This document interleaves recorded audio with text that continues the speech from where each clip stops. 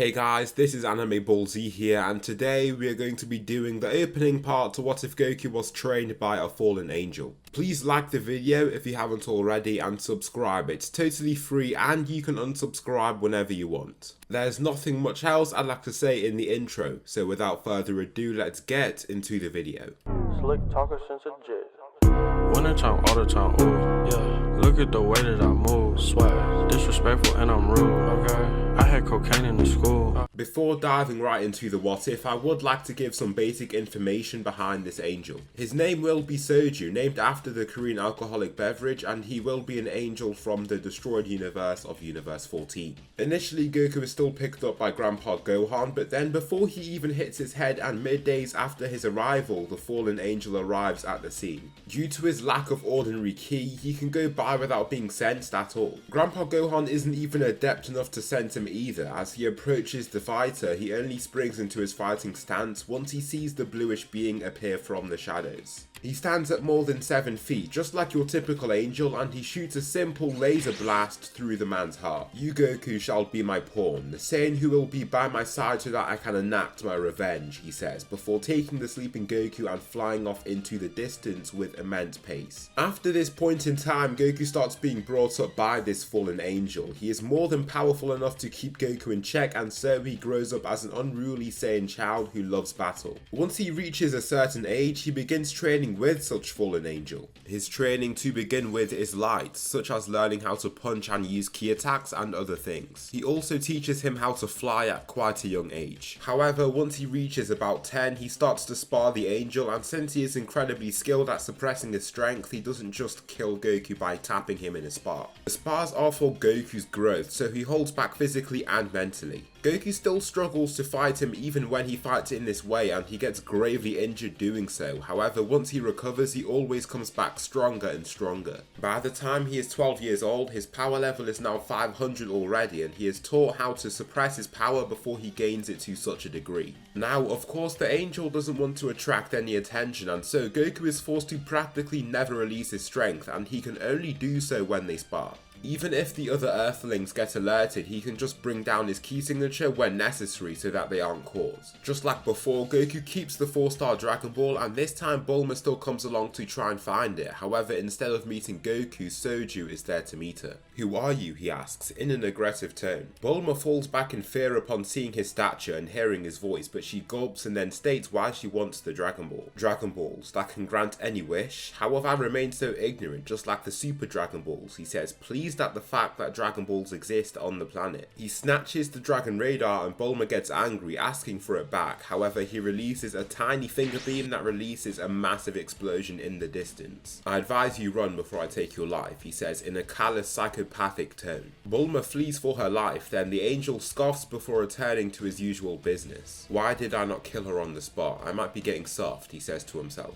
During this time, Goku has been training his Uzaru form. After all these years, he has no problem using the state, and when Goku used to lose control, Soju would just step in to stop him. For the event of the Pilaf arc, Soju ends up just killing Pilaf and using the radar to summon Shenron himself. "What is your wish?" Shenron asks. "Allow for Goku's power to increase more after he heals from near-death battles," he says. "Your wish is granted." Following this arc, there is the tournament saga. The moon is never destroyed and Goku never takes part, but Krillin does and loses to Jackie Chun. Since Master Roshi can place more focus onto his trainee Krillin, he is stronger in this continuity. The Red Ribbon Army begin looking for the Dragon Balls, and this time, just for Goku's own calmness of mind, Soju goes out to look for the 4-star Dragon Ball. Once he finds that the Red Ribbon Army are looking for it too, he takes out the entire organization. Master Roshi never tells Goku to venture to his sister fortune teller Baba, and so the entire arc doesn't take place. Goku also doesn't take place in the 22nd Tenkaichi Budokai. Now what comes is the King Piccolo saga, and things get pretty interesting here. Soju realizes the power of the Demon King Piccolo and still decides to defeat him since he doesn't want any emperor ruling over the earth. He deems it a nuisance, and he still brings back the 4-star Dragon Ball for Goku after a wish is made. Just before he kills King Piccolo, he releases an offspring and Soju goes off to try and kill it himself. However, Piccolo Jr. shoots an energy wave back at him and this intrigues him. He thinks he might have some potential as a sparring partner for Goku, and so this is what happens. He takes Piccolo Jr. under his wing too, and Goku is still much stronger than Piccolo, but he grows pretty quickly too. Goku's power level by the King Piccolo saga is already 11,000. He has received direct training under an angel, and of course his training is watered down, but it's from a divine being nonetheless. Piccolo's power level rises to about 7,000 under his training also. During this upcoming time skip between the King Piccolo saga and Piccolo Jr. saga, something peculiar occurs. Goku, while fighting Soju, is bloodied and on his last leg with a bleeding arm.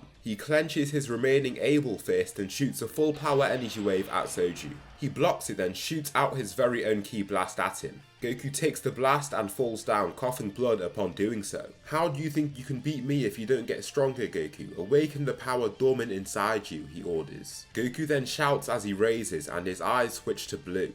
The surrounding area collapses under the force of his transformation, and the rocks around him are repelled. After this, Goku stands against his mentor in Super Saiyan. There we go, Goku, Soju whispers. With a power level of 550,000 now, Soju seems to be having slightly more fun. He's more excited with how much stronger Goku is than before, since he still far outclasses him. Eventually, Goku loses all energy and reverts to his base. After this battle alone, his power level raises to 19,000 and Piccolo is being left in the dust. Soju takes his focus off Piccolo for now, since he has basically played his role. From now on, the gap between Goku and Piccolo will only continue to increase. Following this event though, Soju wants to boost up Goku a lot now, and he decides to imbue him with God Ki. After this training, he starts trying to learn how to use it, and eventually, after exposure to it and other things, Goku is granted the power of Super Saiyan God. Standing against his angel trainer, he clenches his fists and feels amazed by the power he feels. Now you have the power of a god. Let's see how much stronger you've become. Soju and Goku spar, but just like before, Goku cannot beat him. However, it motivates Goku to push further and to make himself stronger. For his multiplier after using this form, we don't know exactly how much stronger Goku got after he attained this form. Just to make things rather simple, I'll give him a multiplier of a few thousand times and boost up his base power level to 60 million. Once Goku reaches this age 2, he starts getting told of the origin of Soju. He asks about who he even is and why no one looks like him at all.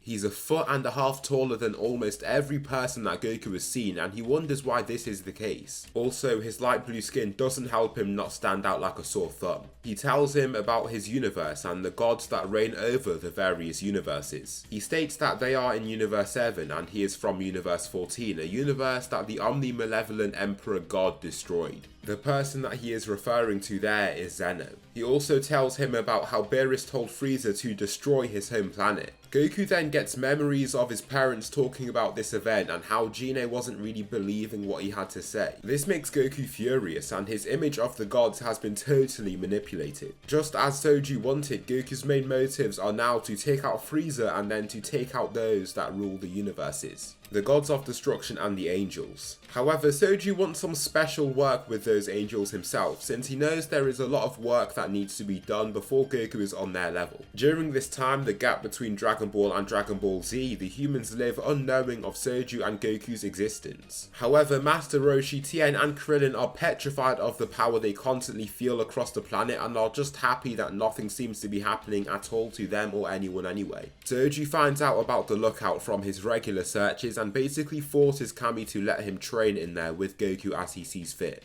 He does so and they train extremely hard. Goku's power level skyrockets and he uses senzu beans to make sure that Goku can heal faster. His power level reaches all the way up to 600 million in just his base form, and he is close to using his Super Saiyan Blue form. He has only accessed it for split seconds in power-ups, but he is not far off. By the end of this year, they continue to train outside the hyperbolic time chamber until Raditz, Goku's brother, gets sent to the planet to find him. On his way, he doesn't actually see Piccolo, and this is lucky for him as his power level is 18,000, matching even Vegeta's. He does, however, find Goku meditating with a low battle power of 1,000. Kakarot, what is this? You were supposed to have killed every single person on this planet, Raditz shouts, watching Goku in his meditative position. Who dares interrupt my meditation? Goku asks, opening one of his eyes. Just this anger causes Raditz's scouter to break, and his scouter broke too quickly for him to even read a single power level showing up on it. These new scouters, I knew they were better when King Cold was Emperor. Anyway, I am your same brother Raditz, and I am here to make sure that you complete your mission, he shouts after wiping his face. Goku then moves so fast it looks like he is teleporting to Raditz and arrives right in front of him. My only mission is to take down the god. Stop disturbing me or I'll kill you, Goku says as his tail waggles. You might be stronger than the people on this planet, but you are nothing compared to me, brother, Raditz shouts, punching him. Goku doesn't move and his fist breaks on impact. He then steps back and tries to hit Goku with an energy wave with his other hand, but again Goku doesn't move at all. You are a bug that must be squashed, Goku says, quickly stepping forward to grab him by the head. He then shatters his skull with a simple squeeze, then he lets his body just drop. After this, he just goes back to his meditation. 6 months later, Goku's power level raises to 650 million, and as he is training against Soju, Nappa and Vegeta arrive. Soju senses them before Goku does, and they arrive ahead of them to see who they are. Goku has already suppressed his power, so they don't notice anything odd, but they do see that the blue man's power level is 0 on their scouters. So Goku, you seem to have done something to your brother, as we received no message from him over the past 6 months. You're gonna tell us what happened pronto, and then we will take the Dragon Balls on your planet. Do as you please with these individuals, Soju says, before stepping back. Nappa prepares to battle Goku, and he dishes out numerous attacks, only to break his left hand after Goku doesn't move at all. He then steps back to power up and release his full power mouth beam at his adversary to try and take him out. He smiles while looking into the smoke he created, but then Goku is revealed with no injuries whatsoever. Nappa makes a single step forward, then Goku releases 3 finger beams, killing him. Vegeta watches with a solemn facial expression, and Goku stares at him with an identical facial expression. Vegeta powers up and reaches his full 18,000 power level, then zooms down to Goku to land his first punch. Again, Goku's body doesn't move a single inch, and Vegeta then held himself back to charge up his Gallic gun. No matter how durable your body may be, you won't be able to take the force of my infamous Gallic gun, Vegeta shouts down to Goku while charging up his energy beam. He launches it, but Goku just totally overpowers his beam with a one-hand Kamehameha wave. Vegeta realizes that he cannot fight against his energy wave and flies away as fast as he can to escape entirely. I wonder who that is, Goku says, watching him fly off. Vegeta hops in his spaceship and leaves the planet as fast as his pod can take him, and the threat of Vegeta is practically removed. As Goku prepares to begin meditating, Soju stops him. Wait Goku, you are more than strong enough to take out Frieza now. How about you get rid of that man that destroyed your whole race, he asks, stopping him in place. Of course, can you take me to him, Goku asks. Yes, I don't want to be staying for long, so do what you need to do quickly so that we can return. After he says this, they then envelop in a weird green ball of translucent energy. They then blast off into the sky and head for Namek and arrive there in literally no time. As they arrive, Frieza is present with Zarbon and Dodoria, preparing to exterminate a village that is unwilling to hand them the Dragon Ball they possess. Corpses already lay all around them, and Frieza is still as apathetic and tyrannous as ever.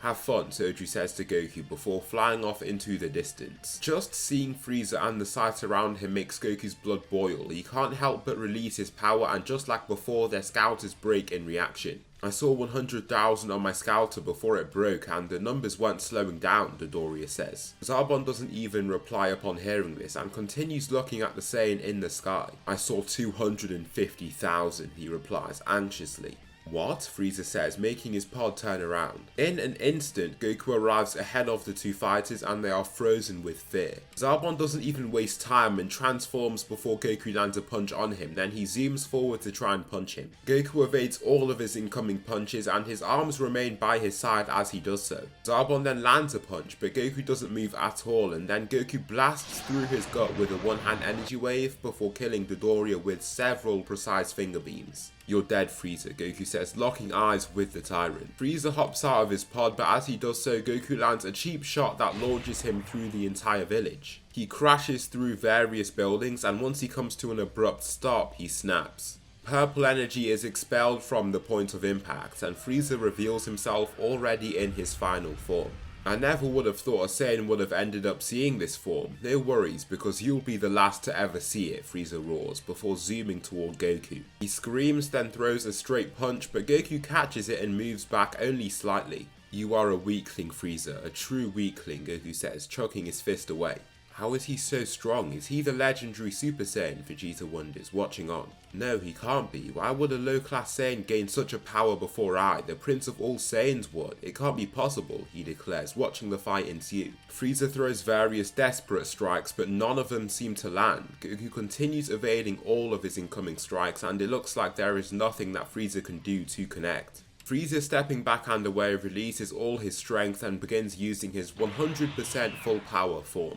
Now this is my full power. Prepare to die, Frieza roars, erupting with destructive energy and rage. As Frieza advances toward Goku, he envelops in the aura of Super Saiyan God and lands a single punch that shatters the ribs in Frieza's body. He is hurled 100 meters away and slams into a rocky mountain, shattering it to pieces. Frieza remains unconscious within the newly created rubble, and Goku dashes forward to arrive in front of him in almost an instant. "Be gone, Emperor," Goku states, releasing his full power energy wave with one hand to totally eliminate the tyrant. So that will conclude the opening part to What If Goku Was Trained by a Fallen Angel. I really hope you liked this video. I had a lot of fun doing this concept. Please tell me something you liked about the video or something that I should improve on for the next one. I just want to also thank you guys for the support throughout the curation of my previous What If Goku Was Half Kryptonian. It's been amazing to see, and it really just motivates me to keep on going uploading videos for you guys. Thanks so much for watching, and I'll see you in the next video.